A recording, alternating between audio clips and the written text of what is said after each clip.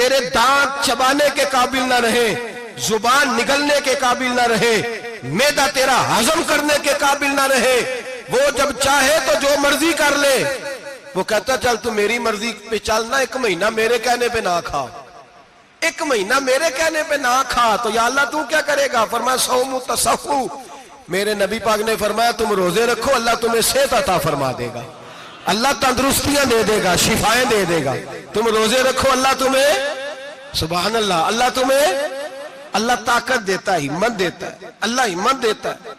میں نے دیکھا ہے، میں نے بزرگوں کو دیکھا ہے، ضعیف لوگوں کو دیکھا ہے، کمزور لوگوں کو دیکھا ہے، میں نے دیکھا ہے روزے رکھتے ہوئے، مزدوروں کو دیکھا ہے روزے رکھتے ہوئے۔ میں اپنے ابا جی کو کہتا ابا جی اتنی سخت گرمی اور مزدوری آپ کرتے اور مزدوری کے عالم میں روزہ رکھتے، تو کہتے پتر روزہ کی آندا ہے، روزہ کدوں کو جاندا ہے، روزہ اپنی جگہ تے مزدوری اپنی جگہ ہوتے۔ اور کئی دفعہ مینوں فرمان لگے، مینوں یار سمجھ کوئی نہیں لگدی، پتہ نہیں روزیاں چ اللہ طاقت کتھوں دے چھڑدا ہے اتنی زیادہ، کام بھی زیادہ کریدا ہے تے روزہ بھی بھائی صوم تصخو، میرے مصطفیٰ نے فرمایا تو روزہ رکھ، اللہ تجھے صحت عطا فرما دے گا۔ رب تعالیٰ تجھے، یہاں ہوٹل کھلے ہوئے ہیں، یہاں عجیب حالات ہیں، ہوٹل کھلے ہوئے ہیں، لوگ بہانے ڈھونڈتے پھرتے ہیں، کہتے ہیں کٹ لگ گیا تھا ذرا، تھوڑا سا خون نکل آیا، سنی پلاس لگائی ہے تو روزہ نہیں رکھا، یہ ذرا مجھے تھوڑی دقت ہو گیا تو میں نے روزہ نہیں رکھا، کھانسی لگ گئی ہے تو روزہ نہیں رکھا۔ او خدا کے بندے، روزہ تو نعمت ہے، اور سبحان اللہ میرے نبی پاک نے فرمایا لِكُلِّ شَيْءٍ زکات وَزَكَاتُ الْجَسَدِ الصَّوْمُ، فرمایا ہر شے کی زکات ہوتی ہے، وجود کی زکات روزہ ہے، روزے رکھو جسم کی زکات نکل جائے گی۔ فاقہ کرنا بھی میرے نبی پاک کی سنت ہے، مسواک کرنا بھی سنت ہے، اور فاقہ کرنا بھی، مسواک والی سنت زیادہ اپناتے ہیں لوگ، فاقہ کرنا بھی نبی پاک کی سنت ہے۔ ایک صاحب مجھے کہنے لگے جناب بیٹھ کے کھانا حضور کی سنت ہے، میں نے کہا کبھی کبھی نہ کھانا بھی نبی پاک کی سنت ہے، نہ کھانا بھی حضور کی سنت ہے۔ اور ہمارے فقہاء نے لکھا ہے جو روٹی زیادہ کھاتا ہے اس میں 2 باتیں پیدا ہو جاتی ہیں، کیا کیا؟ ایک بولتا زیادہ ہے، دوسرا سوتا زیادہ ہے، غافل ہو جاتا ہے۔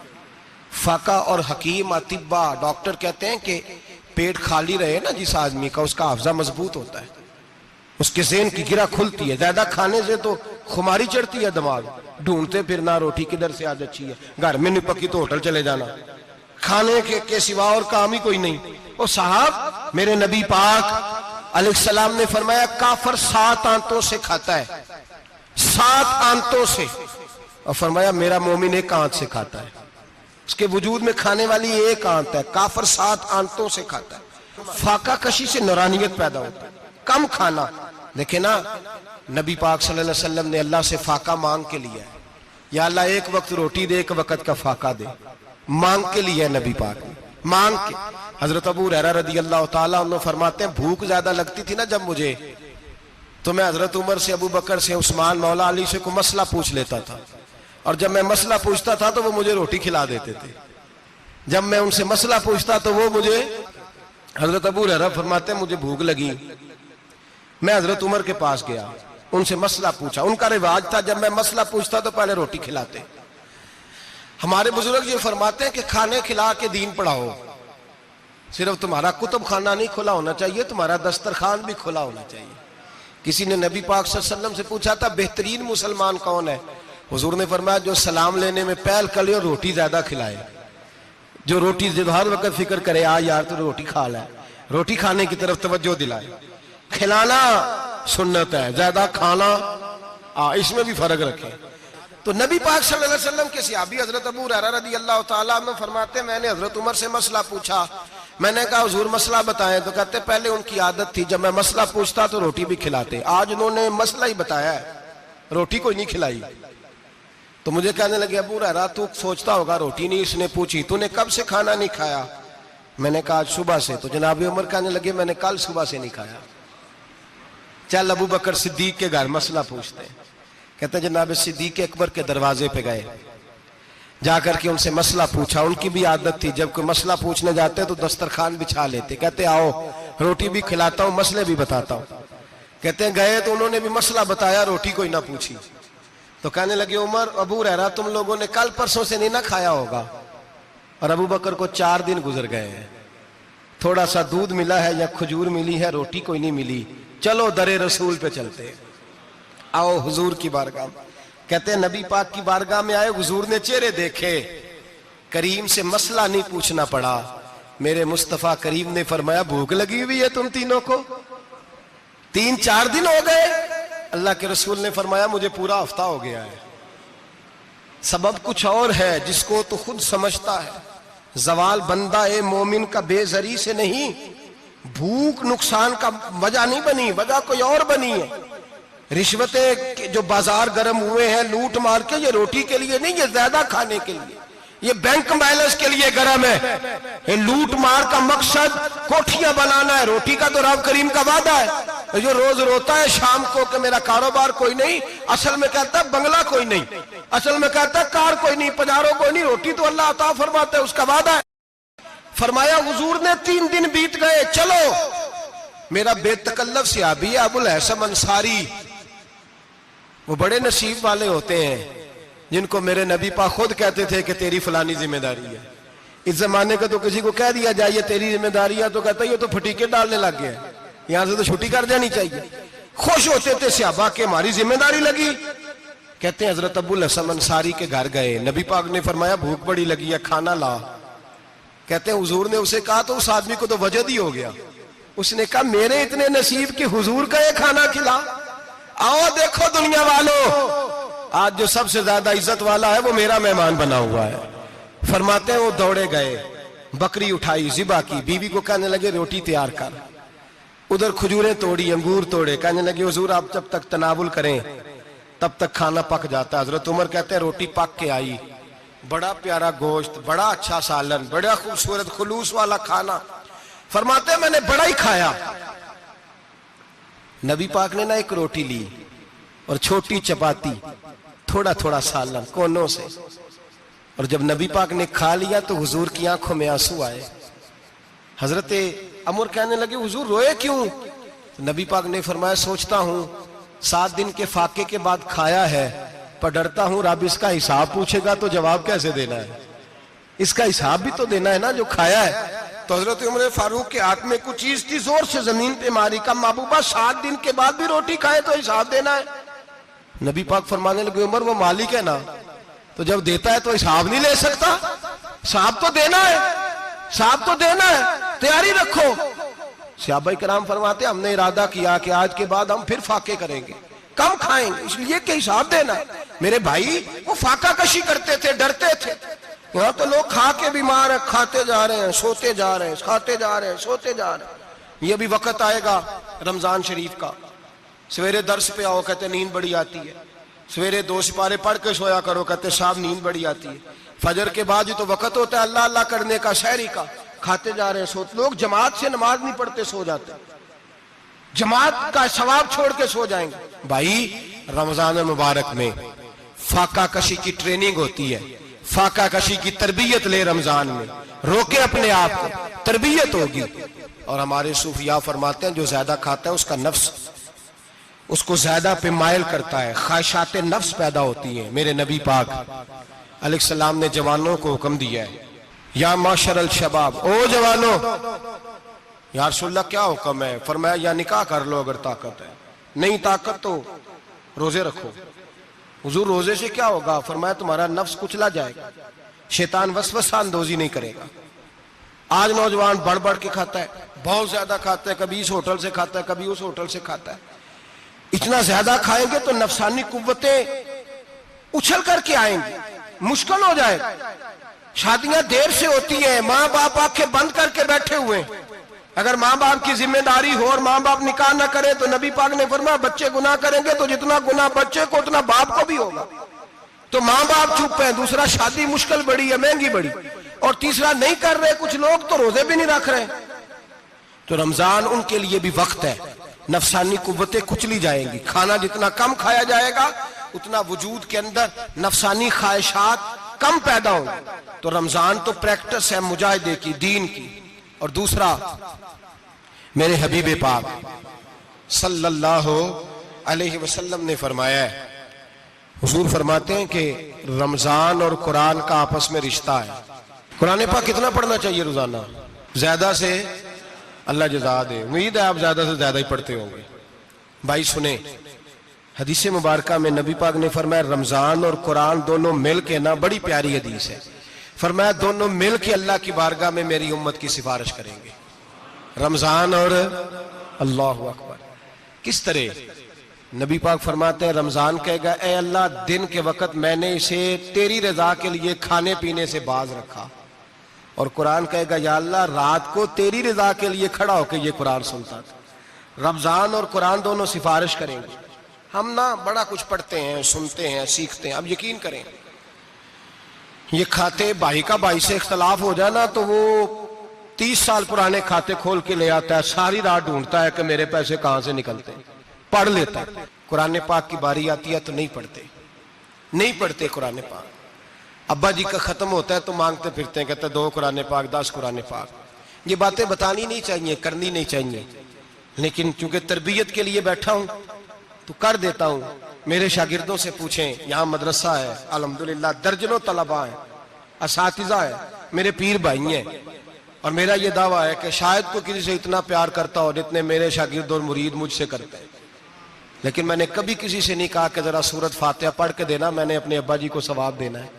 پوچھ لیں کسی سے، کسی سے نہیں کبھی کہا. کبھی نہیں میں نے کہا کہ ذرا مجھے تھوڑا سا قرآن پڑھ دیں. میں اس کو ناجائز نہیں کہتا، پڑھوانا چاہیے، لیکن میں اپنے والدین کے لیے کبھی سوال نہیں کرتا کہ مجھے ذرا پڑھ کے دو، میں نے بخشنا ہے. اس لیے کہ میں نے ذاتی طور پہ روٹین بنائی ہے.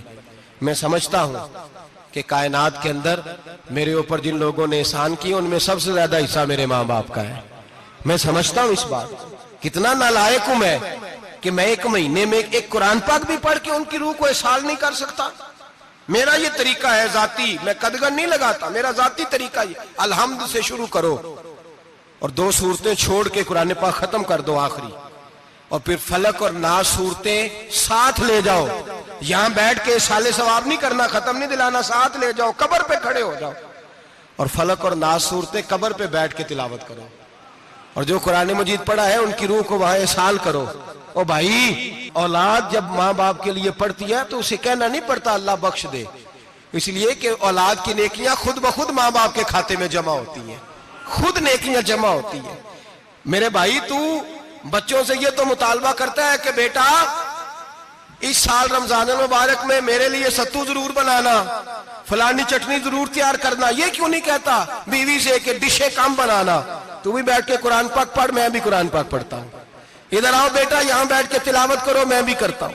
بیٹی ادھر آؤ بیٹھ کے قرآن پاک پڑھو. کتنا وقت لگتا ہے؟ حافظ اور قاری اور علماء اگر پڑھے تو 20-25 منٹ لگتے ہیں قرآن پاک کا سپارہ پڑھنے، اور اٹک اٹک کے پڑھنے والا بھی پڑھے تو 1 گھنٹہ لگ جائے گا. اور میرے نبی پاک صلی اللہ علیہ وسلم نے فرمایا جو قرآن پڑھتے ہوئے اٹکتا ہے اللہ اسے ڈبل ثواب عطا فرماتا ہے. فرمایا جو زبانی پڑھے سنگل ثواب، جو دیکھ کے پڑھے اسے ڈبل ثواب. حضور کیوں؟ فرمایا اس لیے کہ میرا قرآن دیکھنے پہ بھی اللہ ثواب عطا فرماتا ہے. قرآن دیکھنے پہ بھی اللہ ثواب دیتا ہے، دیکھنے کا بھی ثواب. رمضان شریف میں قرآن پاک پڑھے، کھول کے پڑھے. اور میرے بھائی اگر تیرا بچہ پڑھے، اگر تیری بیٹی پڑھے، کائنات کا خوش نصیب باپ وہ ہے کہ بیٹا قرآن پڑھے، چاہے ناظرہ ہی پڑھے.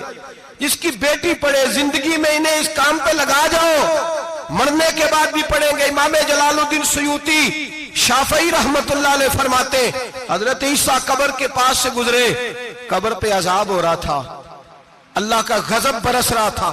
جناب عیسیٰ استغفار پڑھتے ڈرتے گزر گئے. تھوڑی دیر کے بعد، چند گھنٹوں کے بعد گزرے تو اسی قبر پہ پھول کھلے ہوئے تھے، رحمت برس رہی تھی. حضرت عیسیٰ علیہ السلام عرض کرنے لگے مولا تو بے نیاز ہے، میری طاقت نہیں تیرے کاموں میں بولنے کی، پر ابھی تو یہاں عذاب ہو رہا تھا، ابھی رحمت برس رہی ہے. جناب عیسیٰ کہتے ہیں آواز خدا بندی آئی، عیسیٰ بندہ بڑا گناہگار تھا، پاپی تھا، مجرم تھا، خطاکار تھا، لیکن جب اس کا انتقال ہوا، اس کی بیوی حاملہ تھی، اس کے پیٹ میں بچہ تھا، بچہ اس کے انتقال کے بعد پیدا ہوا. آج وہ 4-4.5 سال کا ہوا ہے، مکتب میں گیا ہے، مدرسہ میں گیا ہے، استاد نے بسم اللہ شریف پڑھائی ہے. فرمایا اس نے توتلی زبان سے کہا ہے بسم اللہ الرحمن الرحیم. کہا عیسیٰ مجھے بتلا اس زمین پر وہ معصوم جسے ابھی رحمان اور رحیم کہنا نہیں آتا، وہ توتلی زبان سے مجھے رحمان اور رحیم کہے اور میں اسی زمین پہ اس کے باپ کو عذاب دوں؟ فرمایا اس نے ایک بار رحمان اور رحیم کہا ہے، میں نے اس کی باپ کی قبر کو نور سے معمور فرما دیا ہے، نور سے بھر دی ہے قبر، برکت سے بھر دی ہے۔ اللہ کرے میرے بیٹے بھی قرآن پڑھے، اللہ کرے میری بیٹیاں بھی قرآن پڑھے، اللہ کرے ہم سب کی اولادیں قرآن پاک پڑھے۔ لیکن نا امام اعظم ابو حنیفہ رمضان میں 61 قرآن پاک پڑھتے تھے۔ کتنے؟ 60 تک۔ اللہ اکبر۔ ایک قرآن پاک دن میں پڑھتے پورا، ایک رات کو پڑھتے، ایک تراویح میں پڑھتے۔ 61 قرآن پاک امام صاحب پڑھتے۔ آپ فرماتے میں نے چھوڑ دیے ہیں سارے وظیفے، میں صرف رسول اللہ کا قرآن پڑھتا ہوں۔ رمضان سارا قرآن پاک، سارا رمضان۔ اب تو عادت ہی نہیں رہی ہمیں قرآن پاک کی۔ اگر لوگ ناراض نہ ہوں تو محفل نعت ہوتی ہے تو تلاوتیں کتنی ہوتی ہیں، اور نعتیں ہم نے ذوق ہی نہیں بنایا، ذوق ہی نہیں بنایا ہم نے تلاوت قرآن کا۔ اس لیے کہ قراء، علماء، فقراء ان کو ہم تیار ہی نہیں کر رہے، ہم تو ایکٹر پال رہے ہیں جو پیسے لیتے ہیں نعت خوانی کے، معاذ اللہ۔ او میرے بھائی، کیا قرآن میرے نبی کی نعت نہیں؟ حضرت عائشہ صدیقہ رضی اللہ تعالیٰ عنہ کے پاس صحابہ گئے، کہنے لگے اماں جی ہمیں نبی پاک کا اخلاق بتلائیں۔ تو اماں جی کہنے لگی جاؤ جا کے قرآن پاک پڑھو، کالا خلقہ القرآن، سارا قرآن میرے نبی کے اخلاق کا انعام ہے۔ یہ ساری نعت ہے، یہ ساری نعت ہے۔ اس نعت کو سننے لوگ کیوں نہیں آتے؟ اتنا رش میں اپنے نعت میں اتنا تراویح پہ کیوں نہیں ہوتا؟ اور ملت کا جوان یاد رکھے، بوڑھے تراویحاں پڑھتے ہیں، ضعیف تراویحاں پڑھتے ہیں، گھٹنوں میں درد ہے تراویحاں پڑھتے ہیں، بیمار بوڑھے تراویحاں پڑھتے ہیں، جوان وہاں چوک میں کھڑے۔ کیا جوانی اس لیے ہے چوکوں میں کھڑا ہوا جائے؟ کیا جوانی اس لیے ہے کہ سعودی عرب جانے کے لیے پاسپورٹ بنانا ہو تو 2.5 گھنٹے کھڑا رہے؟ تو شناختی کارڈ کے دفتر تو کھڑا رہے، پروٹیکٹر کے لیے کھڑا رہے، کافروں کے سامنے کاسا لیسی کرنے کے لیے تو کھڑا رہے، تو نوکری پہ جائے تو ساری رات کھڑا رہے، اور تو قرآن کے لیے کھڑا نہیں ہوتا؟ میرے محبوب نے فرمایا من قام ایمانا واحتسابا غفر له ما تقدم من ذنبه۔ فرمایا جو رمضان المبارک میں اللہ کی رضا کے لیے گناہوں کی معافی کے ارادے سے قیام کرے گا، راتوں کو عبادت کرے گا، اللہ اس کے پچھلے سارے گناہ معاف فرما دے گا۔ نوجوان ارادہ کریں، پروگرام بنائیں کہ انشاءاللہ قرآن پڑھنا بھی ہے، قرآن پڑھوانا بھی ہے، سننا بھی ہے، اور انشاءاللہ بولیے سننا بھی ہے اور پڑھنا بھی ہے اور پڑھانا بھی۔ ہمت کریں، دلیری کریں، آکے کھڑے تو ہو، اللہ توفیق عطا کرے گا۔ پہلی بات یہ کہ روزہ رکھیں، دوسری بات یہ کہ قرآن پاک کی تلاوت کریں، اور روزہ رکھیں تو روزے کے سارے حسن سمیت اسے رکھیں۔ نبی پاک نے فرمایا رمضان غمخاری کا مہینہ ہے، غمخاری کریں۔ ہمارے زمانے میں 2 قسم کی تکلیفیں ہیں۔ ایک تو غریب آدمی، اس کا حال یہ ہے کہ وہ مانگتے ہی گزارا کرنا چاہتا ہے، اس نے ہاتھ یوں کر لیا ہے تو اب اس کا یوں ہونے کو تیار نہیں۔ ضرورت اگر کسی آدمی کو کسی دروازے پہ لے جاتی ہے تو برا نہیں، لیکن سوال کا اپنے اوپر دروازہ کھول لینا یہ ٹھیک نہیں۔ فاقہ کشی پیدا کریں، حوصلہ پیدا کریں، تھوڑے پہ گزارا کرنا سیکھیں۔ غریبوں کو بھی اجازت نہیں کہ وہ نکل کھڑے ہوں میدان میں مانگنے کے لیے۔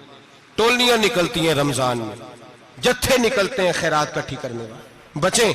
میرے نبی پاک صلی اللہ علیہ وسلم نے فرمایا جس نے بغیر ضرورت کے سوال کیا، جب قیامت کے دن آئے گا تو اس کے چہرے کے اوپر گوشت نہیں ہوگا، صرف ڈھانچہ ہی ہوگا۔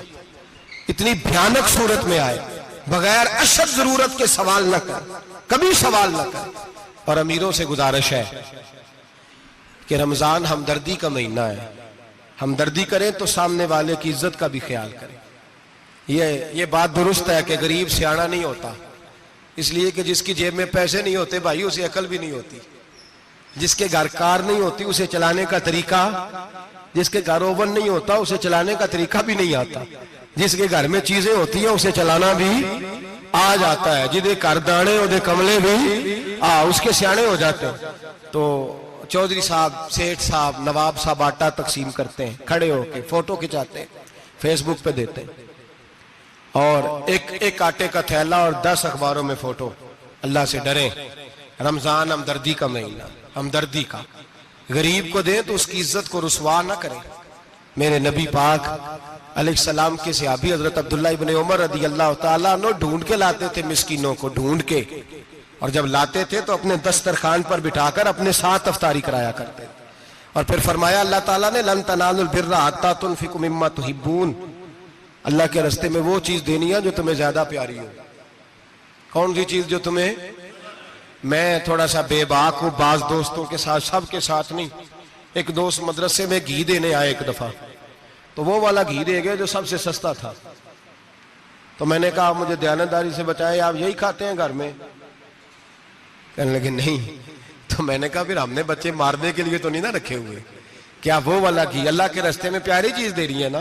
اس لیے گلے گلے نوٹ لوگ مسجد کے گلے میں ڈال جاتے ہیں، پھٹے ہوئے ڈال جاتے ہیں، کہتے ہیں جوڑ لیں گے مولوی صاحب.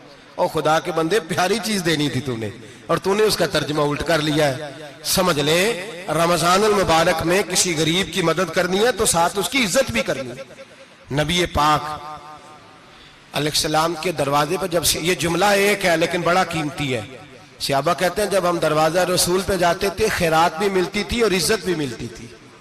خود بھیک دے خود ہی کہیں منگتے کا بھلا ہو. خیرات بھی ملتی تھی اور عزت بھی ملتی تھی. نبی پاک ساتھ عزت بھی دیتے تھے، مسکین کو غریب کو دیں اور خیر خائی کریں. جوتے بیچنے والے جوتوں کے ریٹ سستے کریں، کپڑا بیچنے والے کپڑے کا ریٹ، درزی صاحب بھی ریٹ سستا کریں، دکاندار بھی چیزوں کا ریٹ، حکیم صاحب پیسے کم لیں، ڈاکٹر پیسے کم کریں، حکومت نرخوں میں کمی کرے، اور یہ کام اجتماعی طور پہ کریں. میرے نبی پاک نے فرمایا رمضان غمخواری کا مہینہ ہے، اس میں غمخواری کرنی ہے، دوسرے کا خیال کریں، اظہار کریں، قربانی کریں. یہاں ہر چیز کا ریٹ بڑھ جاتا ہے رمضان شریف میں. ہر آدمی کہتا ہے میرا سیزن آ گیا ہے، توجہ بڑھائیں، خیال کریں، غمخواری کا مہینہ ہے. اور پھر آپ لوگوں سے یہ بھی گزارش ہے کہ رمضان المبارک کا جب مہینہ آئے تو جس آدمی کے ساتھ نیکی کرنی ہے وقت پہ کریں. کسی غریب کو پیسے دینے ہیں، کپڑے دینے ہیں تو یکم رمضان کو دیں. میں اکثر دوستوں سے پوچھتا ہوں، میں کہتا ہوں قاری صاحب نو جوڑا کدو دیندے ہو؟ کہندے 27 والے دن. میں کہا مینوں لگ گئی سمجھ، تہاڈی سازش ہے کہ جڑے سواں کے پاہ نہ لوے. ایویں مولوی چودھری صاحب دے نال دے کپڑے پا لے تے کتنے لکھیا ہے اینوں دینا 27. تسی دسو 27 والے دن کو درزی سی کے دیندا ہے، اونوں 3 گنا بھی پیسے دئیے تے کہندا جڑے باقی نے انہاں دے نہیں بٹن پہ لگ دے میرے کولوں، کتھوں جوڑا سی کے. تو کس دن دیتے ہو قاری صاحب کو؟ کیا مقصد ہے؟ پہننے کے لیے دے رہے ہو یا اس لیے دے رہے ہو کہ نہ پہن سکے؟ تو بھائی آپ جب کسی کو کوئی چیز دیں گے تو کب دیں گے؟ جب وہ استعمال کر سکے. غریب کو لوگ فطرانہ دینے جاتے ہیں عید سے ایک دن پہلے، تو کیا کرے گا اس کا؟ وہ نہ تو کپڑے خرید سکا نہ روٹی لا سکا. بلکہ میرے حضرت صاحب فرماتے ہیں رمضان سے پہلے دے دو، رمضان کی نیت کر کے رمضان سے 1-2 دن پہلے دے دو، اللہ رمضان جتنا ثواب ہی عطا فرمائے گا. رمضان سے پہلے دو جس کو کچھ ہے دن، قبل از وقت تیاری کرو. اور میرے قبلہ صاحب فرمایا کرتے اپنے کپڑے بعد میں، غریب کے بچوں کے کپڑے پہلے، اپنے گھر کی ضروریات بعد میں، غریبوں کی ضروریات. اس لیے کہ اللہ پاک نے ان کا رزق بھی ہمارے گھر بھیج دیا ہے. ہماری ڈیوٹی لگائی ہے کہ تم نے بانٹنا، بانٹنے والے بنو. اور یہ ذہن بنائے کہ پتہ نہیں کس کا حصہ تھا جو اللہ نے میرے گھر بھیجا. یہ ذہن بنا کے بانٹ. اور جس کو دینے جائیں، ہاں آپ کو اجازت ہے تھوڑا بہت پتہ کرنے کی، لیکن تھوڑا بہت تفتیش کرنے کی اجازت، بال کی کھال اتارنے کی اجازت. میں نے دیکھا ہے لوگ غریبوں کا انٹرویو لیتے ہیں، تیرا تو فلانا کمانے والا نہیں، تیرا تو فلاں بچہ. او بھائی بہت سارے غریب ایسے ہیں، بڑے ہیں جو کمانے کی کوشش کرتے ہیں لیکن ان کا سبب نہیں بنتا. ہاں ہے ایسے لوگ جو سعودی عرب چلے گئے ہیں، کہتے ہیں تیرا تو فلاں باہر نہیں گیا ہے، گیا ہے، لیکن سارے سعودی عرب جانے والے بھی مال کمانے کی طاقت نہیں رکھتے. کئی وہاں بھی بیٹھ کے بیچارے قرضوں میں الجھے ہوئے ہیں، وہاں والوں کے ظلم کا شکار ہیں، بہت ساری آزمائشوں میں. تو تفتیش کرتا ہے. میرے امام شافعی کا ایک جملہ اگر آپ کو یاد رہ گیا تو بات بن جائے گی. امام شافعی رحمت اللہ، بلکہ حضرت غوث اعظم جیلانی کے پاس وہ بات آپ کو زیادہ فائدہ دے گی. حضرت غوث اعظم جیلانی کو ان کا ایک مرید سمجھانے لگ گیا، کہنے لگا حضرت جی آپ سب کو ہی دیتے رہتے ہیں، ہر بندہ مستحق نہیں ہوتا، ذرا ٹٹول کے دیا کریں. تو غوث اعظم جیلانی فرمانے لگے بھائی مجھے تو لگتا ہے تو بھی ان چیزوں کا مستحق نہیں تھا جو اللہ نے تجھے عطا کر دی ہے. پہلے تو بتا تو مستحق تھا، تجھے اپنی حیثیت اوقات کا پتہ ہے جو اللہ نے تجھے دے دی ہے؟ طاقت تھی، کوالٹی تھی تیرے اندر، وہ صلاحیت تھی. رب نے تو نہیں تیری تفتیش کی کہ تو قابل ہے کہ نہیں، تو اللہ کے بندوں کی تفتیش کرتا پڑتا ہے. امام شافعی فرمایا کرتے، امام شافعی فرماتے رب تجھے پرکھ کے نہیں دیتا، ٹٹول کے نہیں دیتا، رسوا کر کے نہیں دیتا، تو غریبوں کے ساتھ یہ سارا ظلم کیوں کرتا ہے؟ بس پتہ چل گیا وہ ضرورت مند ہے تو دے، اس لیے کہ اجر تجھے غریب نے نہیں دینا، اجر اللہ نے دینا ہے. اور اللہ اجر عمل پہ نہیں دیتا، اللہ تو نیت پہ اجر عطا فرماتا ہے. تو نیت دیکھ تیری کس طرح کی. تو میرے بھائی غریب کو دیں، قبل از وقت دیں. رمضان مبارک میں چوتھا کام، بات آخری اور چوتھا کام سنیں، رمضان میں دین سیکھیں. شیطان قید ہوتا ہے زیادہ سے زیادہ، اور جب آدمیوں کا پیٹ خالی ہوتا ہے نا تو ذہن جو ہوتا ہے نا وہ بھی اس کا فریش ہوتا ہے. اس میں کوشش کریں دین سیکھنے کی. میرے نبی کریم صلی اللہ علیہ وسلم نے اس دین کو علم کا دین قرار دیا ہے، شعور کا دین قرار دیا ہے، فہم کا دین قرار دیا. نبی پاک صلی اللہ علیہ وسلم نے فرمایا ایک عبادت کرنے والا عشاء کے بعد کھڑا ہو اور فجر تک نماز پڑھتا رہے. ایک عالم دین عشاء پڑھ کے سو جائے، اٹھ کے فجر پڑھ لے، تو وہ 70 عبادت کرنے والوں کا درجہ زیادہ نہیں، عالم کا درجہ پھر بھی زیادہ ہے. اس عالم دین کا درجہ زیادہ ہے، اس لیے کہ وہ لوگوں کو آگاہی دیتا ہے، شعور بخشتا ہے. یہ دین جو ہے یہ، اور نبی پاک صلی اللہ علیہ وسلم نے فرمایا عبادت کرنے والے پر عالم کا درجہ اتنا ہی زیادہ ہے جتنا میرا درجہ اپنے غلاموں پر زیادہ ہے. عالم کو حضور نے اتنا بڑا مقام دیا. دین سیکھیں، شعور حاصل کریں. یہ فقاہت کا دین ہے، شعور حاصل کرنے کا دین ہے. اور نبی پاک صلی اللہ علیہ وسلم نے فرمایا دین کی ایک بات سیکھ لینا 1000 نفل پڑھنے سے زیادہ درجہ رکھتی ہے. دین کی ایک بات سیکھ لینا 1000 جنازے میں شرکت سے زیادہ درجہ رکھتی. دین کی ایک بات سیکھ لینا، میرے نبی پاک صلی اللہ تعالی علیہ وسلم ارشاد فرماتے 1000 مریض کی عیادت کرنے سے زیادہ درجہ رکھتی. فرمایا جس نے رات کے ایک لمحے میں دین کی ایک بات سیکھی، اللہ اسے ساری رات عبادت کرنے سے زیادہ ثواب عطا فرمائے گا. میرے ارشاد فرمایا کرتے جب سیکھنے والے کو یہ ثواب ملے گا تو بتائیے سکھانے والے کو کتنا ثواب ملے، اسے اللہ کتنا درجہ. رمضان آ رہا ہے، شیطان قید ہے. دین پھیلانے کی کوشش کریں، جد و جہد کریں.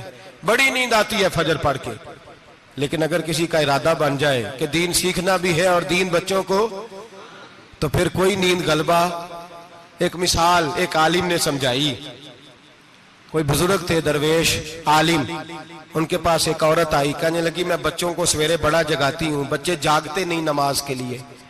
بڑا عجیب جواب دیا بزرگوں نے، درویش نے، عالم نے. کہنے لگے بی بی کیوں نہیں جاگتے، جگایا کر، بیدار کیا کر، اٹھایا کر. کہنے لگی بڑی جدوجہد کرتی ہوں، اٹھتے نہیں، بیدار نہیں ہوتے. اللہ والے تھے نا. کہنے لگے یہ بتا اگر اس کمرے میں آگ لگ جائے تو پھر بچوں کو کیسے بیدار کرے گی؟ آگ سے بچانے کے لیے کیا کرے گی؟